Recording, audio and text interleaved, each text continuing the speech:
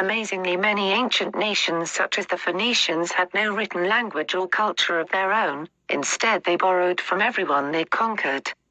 They altered the original cultures and languages of these people, saying they were perfecting them. What audacity! In the Western world, we credit our language, English, much of our symbolism like the phoenix, our current death and resurrection doctrine, and many other things to the Phoenicians, who were really the Philistines. Philadelphia was the original state capital of the United States. The biggest mistake a conquered people can make is to begin to imagine they were never defeated, thus placing their trust in the assailant.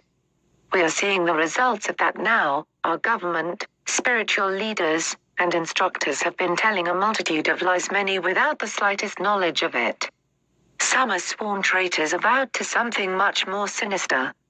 We mistakenly have trusted the same system that once brutally annihilated everything that had its own will, so they could indoctrinate their falsehood.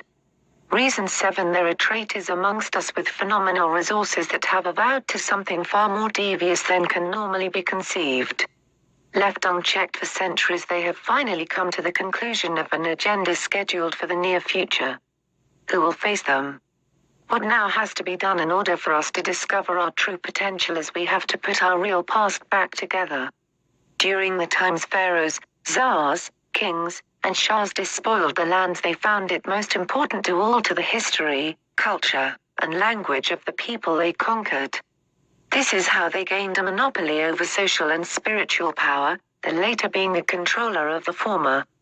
Most of these factions served the unseen hand very far back in our history, so they generally, 14 PAGE, had the same agenda.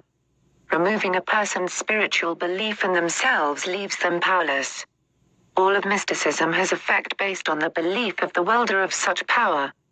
In ancient times, many had such exemplary belief in their internal power, symbols, and talismans they were very difficult to conquer, much less indoctrinate. The tyrants of ancient times sent entire armies to subdue them, and often entire armies were laid to waste. Many eluded those armies by going underground, deep into the mountains, and some even left this dimension. After all, what does killing mind-controlled soldiers really solve? The greatest adversary to the human race has been the human race.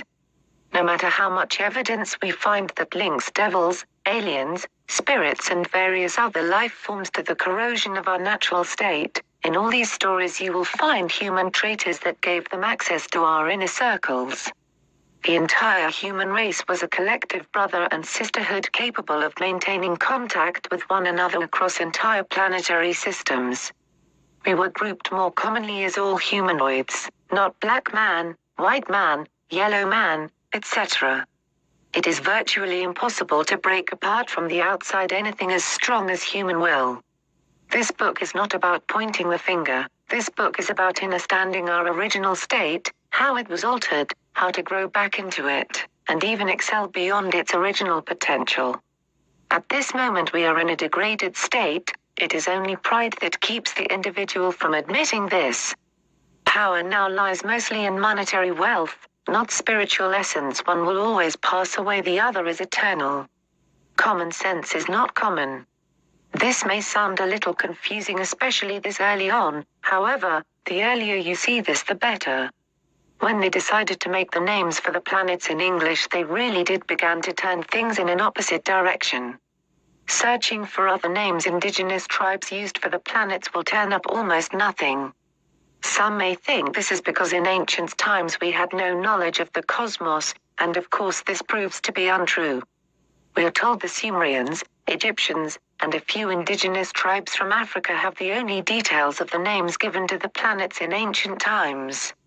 Whatever the case, we can be sure that what we call the planet Saturn in modern times may not be actually referring to the planet with the rings, but more of an idea of evil Sat, brought forth from Ur. Our consciousness, when not hindered, will always look to the sky for answers. Our spirit is from the sky, or rather far out in space, while our bodies are indeed flesh and will remain here as dust. When we innocently inquire about the names of planets, stars, and moons, wanting to learn more, we get names that are tainted with deception. The vibration of air is that of an animal. In fact, so-called early man depicted the entire cosmos as animal forms rather than the much greater concept space stands for, which is beyond normal life on Earth. It is highly unlikely we will find a horse on the moon, but this has not stopped them from naming the quadrants of the moon mare, like nightmare. 15 PAGE. Reason 8 quadrants of the moon are called mare. The commoner would pronounce this just as it sounds. Esoterically it is pronounced Mary. The names of spots on the moon are riddled with a deep significance to its origin and use. Unlike most modern church participants, those initiated into various magical societies evoke angels and spirits all the time. They do this by various means. One key element involves drawing perfect stars inside of circles or squares. A symbol drawn is physical proof of one's intent. A perfect star is often made with a tool used by the elite called an angle. This word angle is an anagram for angel. The tool itself is the shape of an L, that's right, EL. If you notice when drawing a star, it consists of straight lines. Straight lines are opposite to nature, which itself is a composite of spheres and circles. The body itself contains no straight lines. These straight lines are known as masculine, while the curved lines are feminine. It is known that fleshly beings are categorized as feminine despite their sexual orientation, while heavenly beings are known as masculine due to their strong ethereal nature, which can even withstand the force of being in close proximity to the sun. 16 PAGE. Reason an angle. The tool seen below the Masonic G in the shape of an L is used to draw straight lines, while the protractor above is used to make the perfect circle to create talismans. There is recorded knowledge of 1/3 of the angels in the sphere of Saturn, rebelling. Those fallen ones came to Earth and intermingled with woman, thus creating the term mankind, meaning kind of like man but not entirely. No matter how fictitious this may seem, it is in fact true.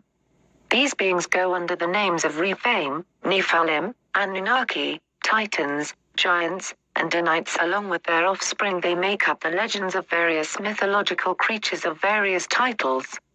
This resulted from the union of the angels with not only the women but also with the animals. These offspring became known as demigods, meaning half god, half man or animal. They possessed various powers that caused the indigenous tribes of the time to worship the supreme creators, which was far from true.